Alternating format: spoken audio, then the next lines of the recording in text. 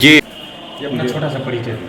मेरा नाम गुणानंद प्रसाद यादव, मैं जिला उपाध्यक्ष जनसुराज पार्टी मधुबनी। जी मधुबनी की जनता को 15 तारीख को के प्रोग्राम के लिए क्या अपील करेंगे, क्या मैसेज करेंगे? मधुबनी की जनता के लिए हम अपील करेंगे कि बिहार में एक बदलाव की बात हो रही है। एक व्यक्ति आ रहे हैं जो बिहार में एक व्यवस्था परिवर्तन की बात कर रही है और किस तरह व्यवस्था परिवर्तन होगा उसकी भी बात करें। उनके पास ब्लू प्रिंट है, वो बतला रहे हैं। ऐसे नहीं कि सिर्फ घोषणा कर रहे हैं, जैसे कि शिक्षा व्यवस्था, शिक्षा कैसे मुक्त होगा, चिकित्सा कैसे मुक्त होगा, और बिहार के लोग को पेंशन जैसे 2000 रुपये, किसानों के लिए अलग अलग व्यवस्था है, महिलाओं के लिए अलग है, युवाओं के लिए जैसे वो कह रहे हैं कि हर पंचायत में रोजगार होगा, कम से कम 10 से 15 हज़ार की नौकरी के लिए यहाँ के लोग बाहर नहीं जाएं, इसकी मैं व्यवस्था करूँगा, तभी पलायन रुकेगा ना। और सबसे बड़ी बात आप देखें कितनी दुखद वाली बात है, यहाँ के नवयुवक लोग जाते हैं अपने बाल बच्चे को छोड़ करके बाहर जाते हैं, 7-2 साल बाद आते हैं, कोई पर्व होता है, त्यौहार होता है, उनके बच्चे देखते रहते हैं हमारे पिताजी आएंगे, हमारे पापा आएंगे, लेकिन आ नहीं पाते। कितनी बुरी बात है कि जो अपने परिवार से बिछड़ता है, लेकिन पेट मार करके रोटी या रोजगार होता है ना, धर्म और जाति से ऊपर होता है।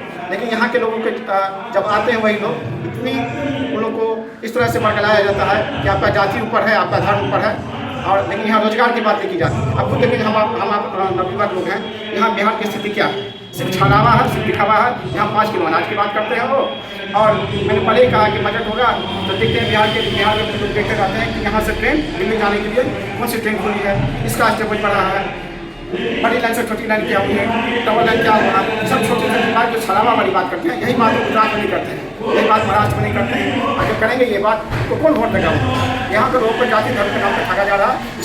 इसलिए सभी लोगों से मेरा निवेदन है, रिक्वेस्ट है कि आप लोग प्रशांत किशोर जी की बात सुनने के लिए, जनसुराज की विचारधारा सुनने के लिए केजरीवाल हाई स्कूल झंझारपुर 15 तारीख और 3 बजे के आसपास में जरूर आइए। सभी से हाथ जोड़ निवेदन है, प्रणाम है, नमस्कार। पड़ रही है, देख रहे हैं कि मोदी जी जो आते हैं बिहार तो कहते हैं कि मैं यहाँ से अमुक ट्रेन गुजरात जाने के लिए, बम्बई जाने के लिए, दूसरे राज्यों जाने के लिए मैंने 2 ट्रेनें 4 ट्रेनें नई ट्रेनें मैंने खुलवाया है। लेकिन कभी भी यह नहीं कहते हैं कि बिहार में कि इतनी फैक्ट्री लग रही है, इतनी फैक्ट्री मैंने लगाया।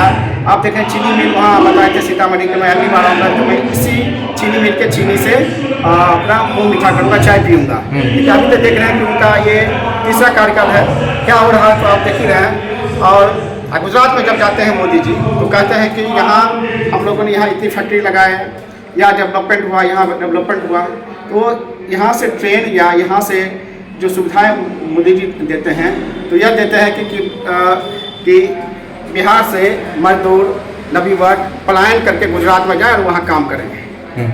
यह एक सपना दिखाते हैं कि मैंने आपके लिए विकास किया है, जबकि गुजरात में इस तरह से बोलेंगे कि मैंने आपके लिए नई ट्रेन ला दी है तो हम लोग कोई वोट नहीं देगा। तो बिहार के साथ एक छलावा है। और देखिए जब भी चुनाव आता है तो मोदी जी की कई सारी मीटिंग होती है, लेकिन चुनाव के बाद बताएं मोदी जी कभी आते हैं बिहार के लिए कोई कुछ बात बोलते हूँ? उनको यहाँ से 40 सीट में से ज़्यादा से ज़्यादा सीट चाहिए अपने पद को बचाने के लिए। उसके आज तक बताइए अभी तक मोदी जी कभी दोबारा बिहार के लिए घोषणा किए? उन्होंने क्या लगता है 2025 विधानसभा में बिहार की जनता इस बार बीजेपी को सत्ता से उखाड़ देगी बिहार में? बिल्कुल। आपने देखा होगा कि पिछले विधानसभा के समय में मोदी जी ने घोषणा की कि बताइए कि आपको क्या चाहिए, 50,000 करोड़, 60,000 करोड़, 70,000 करोड़। एक तो बोलने का शैली, बोलने की भाषा, भाई वो तो बिहार का ही पैसा है ना कि आपको देते रहे, आपको एहसान नहीं कर रहे हैं। 1.25 लाख करोड़, चलो मैंने आपको 1.25 लाख करोड़ दिया, लेकिन दिया तो कहाँ दिया? ऐसा लग रहा है जैसे बिहार वासियों का बोली लगा रहे हैं मोदी जी। जैसे स्वाभाविक है, जैसे लगता है कि मंडी है ना, मंडी जो हाट होता है, मंडी होता है, किसी का बोली लगता है, उसको खराब शब्द नहीं बोलना चाहिए, बोली लगता है, उस तरह बिहार के लोग का वो बोली लगा रहे थे। 1.25 लेकिन 1.25 करोड़ रुपया, 1.25 लाख करोड़ रुपया कहाँ गया? किसको दिए? सरकार तो नहीं की है जी। 15 तारीख को जनसुराज के सूत्रधार प्रशांत किशोर जी का मधुबनी जिला के झंझारपुर में आगमन है। इसको लेकर के आप मधुबनी जिला के जनसुराज के उपाध्यक्ष हैं, क्या क्या तैयारी है? उस दिन हम लोग की तैयारी है, हर प्रखंडों में, हर पंचायतों में ज़्यादा से ज़्यादा लोग वहाँ जाएँ और प्रशांत किशोर जी की विचारधारा को सुनें, समझें, और कोशिश के हर पंचायत से हमारे 40-50 लोग वहाँ जाएँ, 100 लोग जाएँ वहाँ, और वहाँ जाके देखें प्रशांत किशोर जी की विचारधारा से अवगत। क्या लगता है इस बार मधुबनी जिला में कुल 10 विधानसभा सीट है, जनसुराज कितने सीट पर जो है जीत जीत कर आप लोग दीजिएगा जनसुराज के जो हम लोग का प्रयास है कि 10 का 10 सीट जीत करके जाएं।